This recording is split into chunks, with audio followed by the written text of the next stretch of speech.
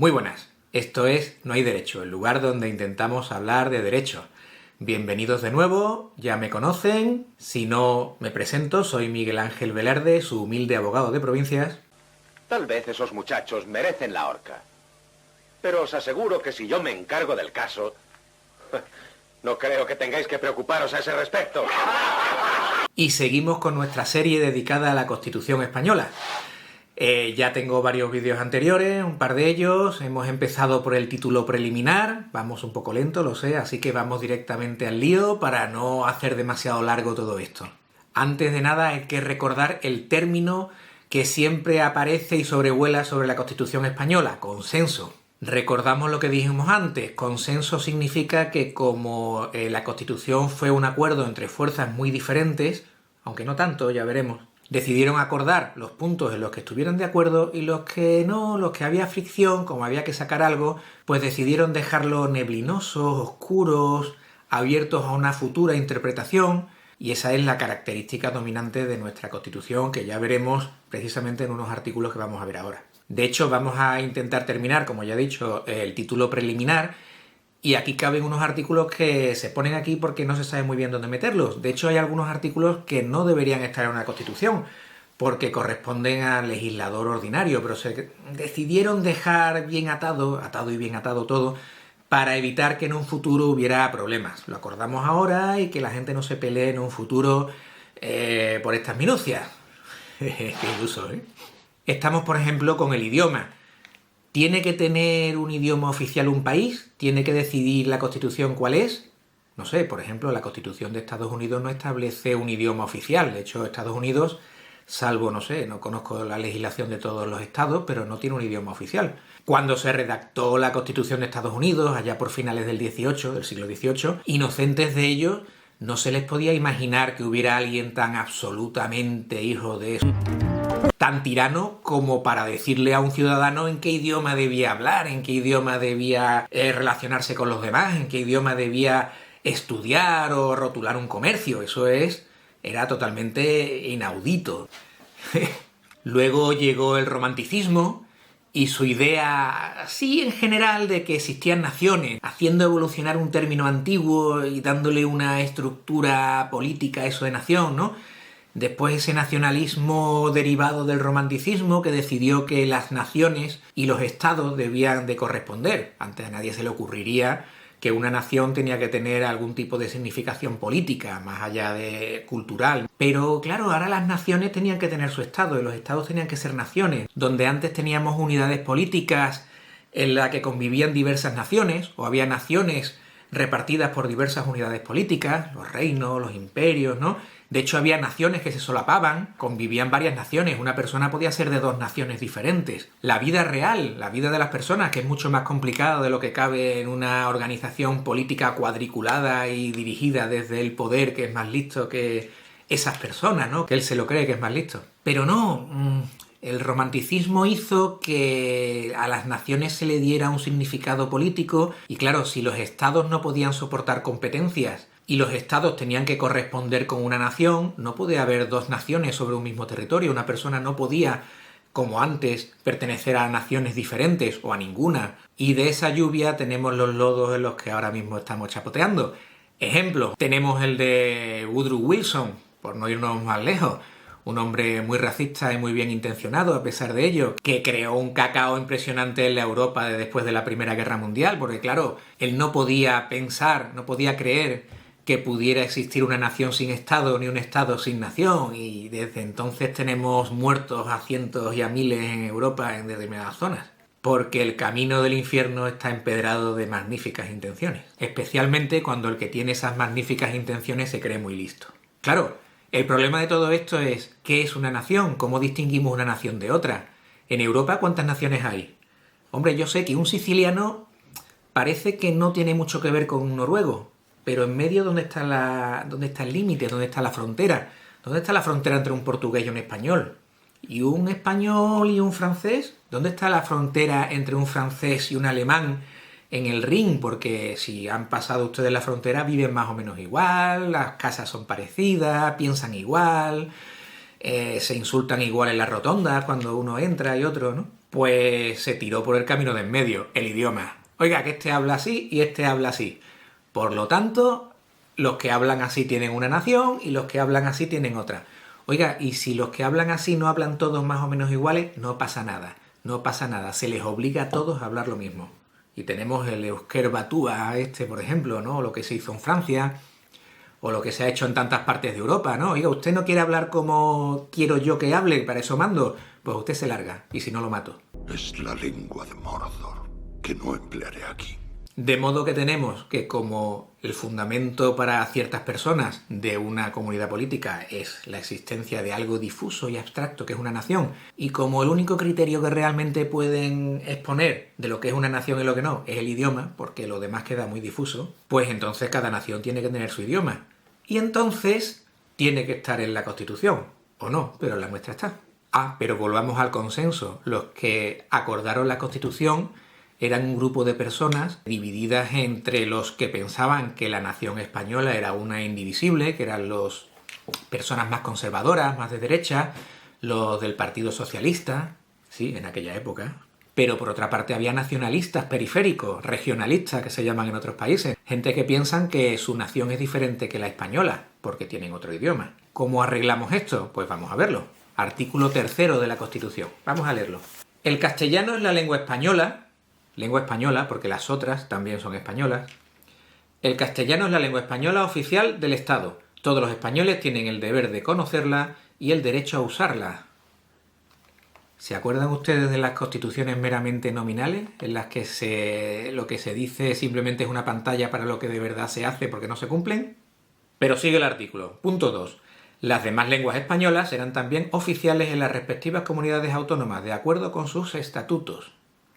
La riqueza de las distintas modalidades lingüísticas de España es un patrimonio cultural que será objeto de especial respeto y protección. Y aquí, en este tercer punto, es donde se cuela la famosa inversión lingüística.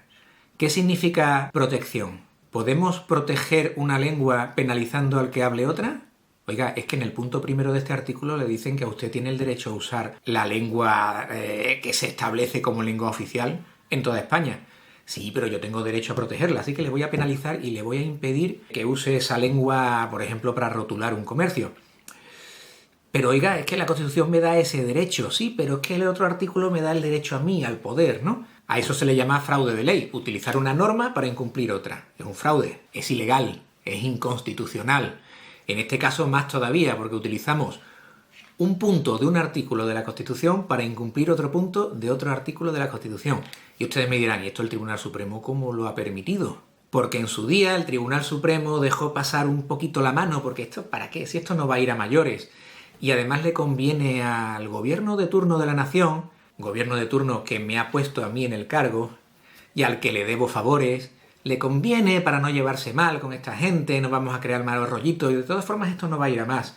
Y después se da otro pasito, y al nuevo gobierno de turno también le conviene de que deje pasar, y dice el Tribunal Constitucional, de todas formas ellos me han puesto, y esto no va a ir a más, esto no va a pasar nada, vamos a dejar pasar la mano. Y ahora comprenden ustedes por qué los gobiernos y los políticos quieren poner en el Tribunal Supremo y en el Tribunal Constitucional a las personas que ellos designen y de su confianza. Muchas gracias, milord. Muy agradecido a su señoría. Y así es como se hunde una democracia, y no como decía la reina Amidala con un estruendoso aplauso, sino poniendo a dedo a los poderes públicos que tienen que controlar a otros poderes públicos y destruyendo la separación de poderes. Pero bueno, que me enrollo y nos quedamos sin tiempo. Ahora vienen otros artículos que quizás no deberían estar en la Constitución, pero lo están. Por ejemplo, la bandera de España. Eso lo puede hacer una ley, pero decidieron dejarla en la Constitución. Vamos a leerlo. Artículo 4... La bandera de España está formada por 3 franjas horizontales, roja, amarilla y roja. Se pensaban que iba a decir gualda, ¿eh? Siendo la amarilla de doble de anchura de cada una de las rojas. Los estatutos podrán reconocer banderas y enseñas propias de las comunidades autónomas. Estas se utilizarán junto con la bandera de España en sus edificios públicos y en sus actos oficiales. No hay nada como fijar cosas en una Constitución para que después no se cumplan. Esto da una estabilidad a la democracia y una fiabilidad y un respeto por las leyes. Artículo 5. La capital del Estado es la Villa de Madrid. ¿Tiene que estar esto en la Constitución? Bueno. Y ahora sí vamos con puntos importantes. Artículo 6, que lo vamos a leer despacio. Los partidos políticos expresan el pluralismo político, concurren a la formación y manifestación de la voluntad popular y son el instrumento fundamental para la participación política. Su creación y el ejercicio de su actividad son libres dentro del respeto a la Constitución y a la ley. Su estructura interna y funcionamiento deberán ser democráticos. Democráticos, dice. Bueno, este artículo podría haberse quedado en libertad absoluta de creación de partidos políticos, pero dice mucho más. Esto es un artículo fruto de su tiempo, fruto de quienes firmaron la Constitución y la pactaron. ¿Quiénes eran? Ya hemos dicho, eran socialistas, eran conservadores, herederos del nacionalcatolicismo, nacionalistas.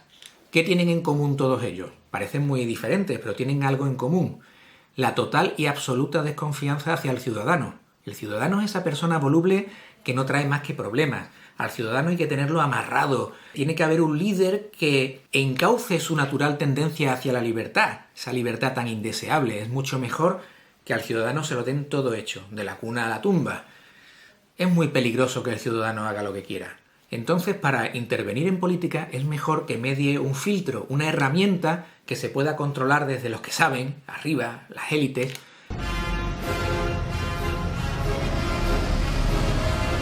Y que la participación de los ciudadanos en política sea a través de estos partidos. Este artículo es el germen de la famosa partitocracia. Lo mismo podemos decir del artículo siguiente que habla de los sindicatos. Artículo 7. Los sindicatos de trabajadores y las asociaciones empresariales contribuyen a la defensa y promoción de los intereses económicos y sociales que les son propios. Su creación y el ejercicio de su actividad son libres dentro del respeto a la Constitución y a la ley.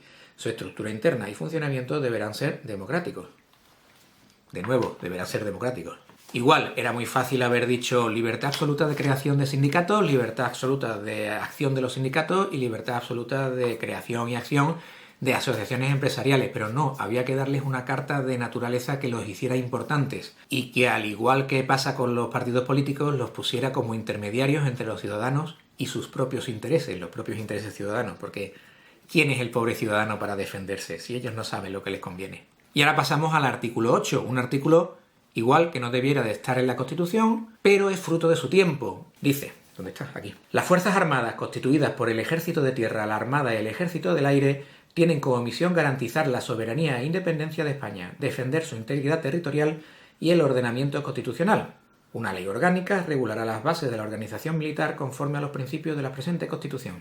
¿Por qué está este artículo aquí? Por dos cosas. Se necesitaba, frente a unos y frente a otros, garantizar que no iba a haber problemas. El modelo de defensa nacional es muy variado en función de los países. Hay países sin ejército. Algunos incluso hay países con uno de los ejércitos más poderosos del mundo, la tercera o la cuarta marina más poderosa del planeta, pertenecen a un país como Japón que no tiene ejército y su constitución prohíbe tener ejército. La Constitución de Estados Unidos prohíbe tener un ejército permanente, salvo en caso de emergencias. Por eso siempre está Estados Unidos en estado de emergencia, los DEFCON, ¿no? ¿Cuál es su opinión de esta alerta? Es una hijoputada. Otros países, como Turquía, le da un papel al ejército importantísimo dentro de la vida política del país, o le daba antes de estas modificaciones que está viendo, ¿no? Claro, las fuerzas más de izquierdas veían el ejército con mucha desconfianza. Oiga, ¿qué pasa con el ejército? ¿Le vamos a dar una preeminencia política como en Turquía? ¿Vamos a ponerlo como garante de una serie de situaciones que nos pueden desestabilizar? No, vamos a poner un artículo en el que digamos exactamente cuál es la función del ejército. Y expresamente, aunque no es necesario, pero expresamente digamos que va a estar sometido a la Constitución y a las leyes. Oiga, pero es que yo soy conservador, soy demócrata cristiano, nacional católico, de la rama que yo quiera, conservador. Y yo quiero que esté mi ejército porque mi ejército me da una serie de valores, una serie de garantías. No se preocupe, le vamos a garantizar en la Constitución que el ejército va a haber. Y además le vamos a garantizar que esas funciones que usted quiere que haga el ejército, las va a seguir haciendo. Con lo cual, todo el mundo contento. Y ahora sí, ahora vamos con uno de los artículos más importantes de la Constitución. ¿Se acuerdan del artículo 1 que decía que España se constituye en un Estado social y democrático de derecho? Bueno, eso era una mera declaración. ¿Pero qué es lo que hace que sea un Estado social y democrático de derecho? Lo que dice este artículo 9. Vamos a verlo. 9.1. Los ciudadanos y los poderes públicos están sujetos a la Constitución y al resto del ordenamiento jurídico. Esto convierte al país en un Estado de Derecho. La sujeción no solo de los ciudadanos, que eso ha pasado toda la vida de Dios, Decía Terry Pratchett que el 90% de la ley es un pie en el cuello. Pues sí, no solo de los ciudadanos, sino también de todos los poderes públicos, a esta Constitución y a la ley. Eso significa que es un Estado de Derecho. Artículo 9.2. Corresponde a los poderes públicos promover las condiciones para que la libertad y la igualdad del individuo y de los grupos en los que se integran sean reales y efectivas, remover los obstáculos que impidan o dificulten su plenitud y facilitar la participación de todos los ciudadanos en la vida política, económica, cultural y social. Bueno, esto es lo que convierte a España en un Estado social. Este artículo faculta a los poderes públicos para meterse en la vida de las personas. Intervenir en la economía, intervenir en la sociedad, aunque solo con una finalidad: remover los obstáculos que impidan la libertad efectiva, la igualdad efectiva. Este es un término muy peligroso y muy polémico. Si usted es de tendencia más liberal, entenderá que lo que faculta a los poderes públicos este artículo es para promover la libertad y la igualdad ante la ley. Si usted es de tendencia más socialista, entenderá que lo que le faculta es para lograr la igualdad efectiva, la igualdad real, si eso es posible. No solo habla de individuos y los grupos en los que se integran. Es un artículo muy polémico, es un artículo abierto totalmente a la interpretación en función de la ideología que tenga cada uno y de la ideología que tenga en cada momento el gobierno o los legisladores de turno, y es lo que convierte a España en un Estado social, es decir, un Estado en el que los poderes públicos pueden meterse en su vida y pueden quitarle su dinero, decidir qué hace usted con sus bienes, decidir qué hace usted con su vida, siempre, claro, hasta los niveles en que le permite esta propia Constitución, y por eso es importante el resto de artículos que veremos un poquito más adelante, sobre todo el de los derechos y libertades de los individuos. Pero sigue diciendo este artículo 9, en el punto 3. La Constitución garantiza el principio de legalidad, la jerarquía normativa, la publicidad de las normas y la irretroactividad de las disposiciones sancionadoras no favorables o restrictivas de derechos individuales, la seguridad jurídica, la responsabilidad y la interdicción de la arbitrariedad de los poderes públicos. Este punto no es solo una ampliación de lo que es un Estado de Derecho, esto convierte a España en una democracia. La democracia, ya lo hemos dicho anteriormente, no es votar cada 4 años. Un sistema democrático es, aparte de la capacidad de participar en política siendo elegido y eligiendo, además una serie de garantías y principios irrenunciables por el ciudadano, y son estos que acabamos de ver en este artículo. Principio de legalidad. A usted no le pueden imponer ninguna sanción si no hay una ley previa, no un decreto, no una decisión una ley del legislativo que lo permita, que lo establezca.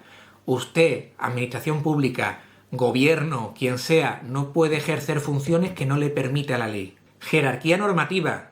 Un decreto no puede contradecir una ley, de la misma forma que una ley no puede contradecir a una constitución. Y una decisión administrativa no puede ir contra un decreto, ni contra la ley, ni contra la Constitución. Publicidad de las normas. Evidentemente, usted tiene que saber bajo qué normas vive para poder cumplirlas, porque si no, lo que estamos es en una tiranía en la que el gobierno de turno pueden aplicar las normas que usted no conoce o que usted no sabe si existen o no existen. Respecto de la irretroactividad de las normas que limiten sus derechos o que puedan castigarle, es evidente. Si por el principio de legalidad a usted no lo pueden condenar ni le pueden castigar por algo que no era un delito o una falta en el momento de cometerlo, a usted no le pueden castigar retroactivamente. Ahora sí lo es, le vamos a castigar por lo que hizo el lunes. No. Y si ya es bastante grave, problemático y discutible que los poderes públicos le puedan restringir sus derechos o quitárselos, sería imposible e impensable que eso lo hicieran el lunes pasado.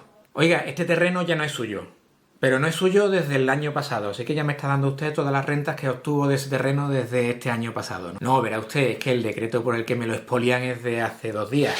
Será desde ese momento, ¿no? Bueno, desde ese momento no, desde ahora que me lo esté usted notificando. ¿Y todo esto por qué? Todo esto se llama seguridad jurídica. Usted, ciudadano, tiene derecho a saber bajo qué normas vive y tiene derecho a hacerse unas expectativas racionales de qué va a hacer y qué decisiones va a tomar el pringao que está ahora mismo gobernándolo y que se cree mejor que usted. Y tiene ese derecho porque por mucho que se crea que es mejor que usted, no lo es. Y precisamente por eso, porque aunque él se crea mejor, no lo es, y posiblemente usted sí sea mejor que esa persona que está tomando decisiones sobre su vida, está la siguiente parte y el final de lo que dice este artículo. La responsabilidad y la interdicción de la arbitrariedad de los poderes públicos. Es decir, esa persona que va a meter mano en su vida porque se cree que es más listo que usted y que lo está haciendo por el bien de los demás, es responsable de lo que haga, o debe ser responsable de lo que haga. Y si mete la pata y daña a personas o daña intereses, va a tener que responder de ellos. Y además, si esas decisiones son arbitrarias, que ya veremos lo que es arbitraria, básicamente contrarias a derecho, o realizadas sin un soporte legal o sin tener derecho a hacerlas, pues esas decisiones van a ser revisables por otra autoridad superior. Y por eso es tan importante este artículo en todos sus puntos. Este artículo es lo que convierte a España en lo que es, y no la mera declaración del artículo 1 de la Constitución, que podría ser perfectamente una declaración de intenciones total y absolutamente vacía. Este artículo es el que hace que España sea un Estado de Derecho, que España sea una democracia y que además sea un Estado social donde un gobierno, un poder público pueden meter mano en su vida, pero siempre con unas garantías establecidas en este mismo artículo y que se desarrollan en el resto de la Constitución. ¿Discutible? Muchísimo. Eso ya lo dejo para discusiones políticas. Y lo dejo para otro tipo de vídeos, porque yo tengo mi ideología, tengo mis ideas, pienso unas determinadas cosas en vista de la evolución histórica de nuestro país, el de nuestro entorno, pero no es el objetivo de este vídeo, que es meramente de derecho. Y me dirán, es que la línea entre el derecho y la política es muy difusa. Efectivamente. Pero este tipo de disquisiciones lo dejaremos para un poco más adelante. De momento hemos acabado con el título preliminar de la Constitución. Lo vamos a dejar aquí, más adelante seguiremos con el resto, ahora empiezan los derechos y deberes de los ciudadanos, pero lo dejaremos para el siguiente vídeo. Muchas gracias por haberme visto, por haberme aguantado hasta aquí. Si les ha gustado pueden darle me gusta y compartir con sus amigos y suscribirse. Si no les ha gustado, pues pueden ustedes decirme lo que quieran y explicarme por qué no les ha gustado. Procuren no venir a pegarme porque yo, entre otras cosas, aparte de corro mucho, también me defiendo. Y nos vemos en la próxima. Esto ha sido No hay Derecho, yo he sido Miguel Ángel Velarde, su humilde abogado de provincia, y hasta la próxima.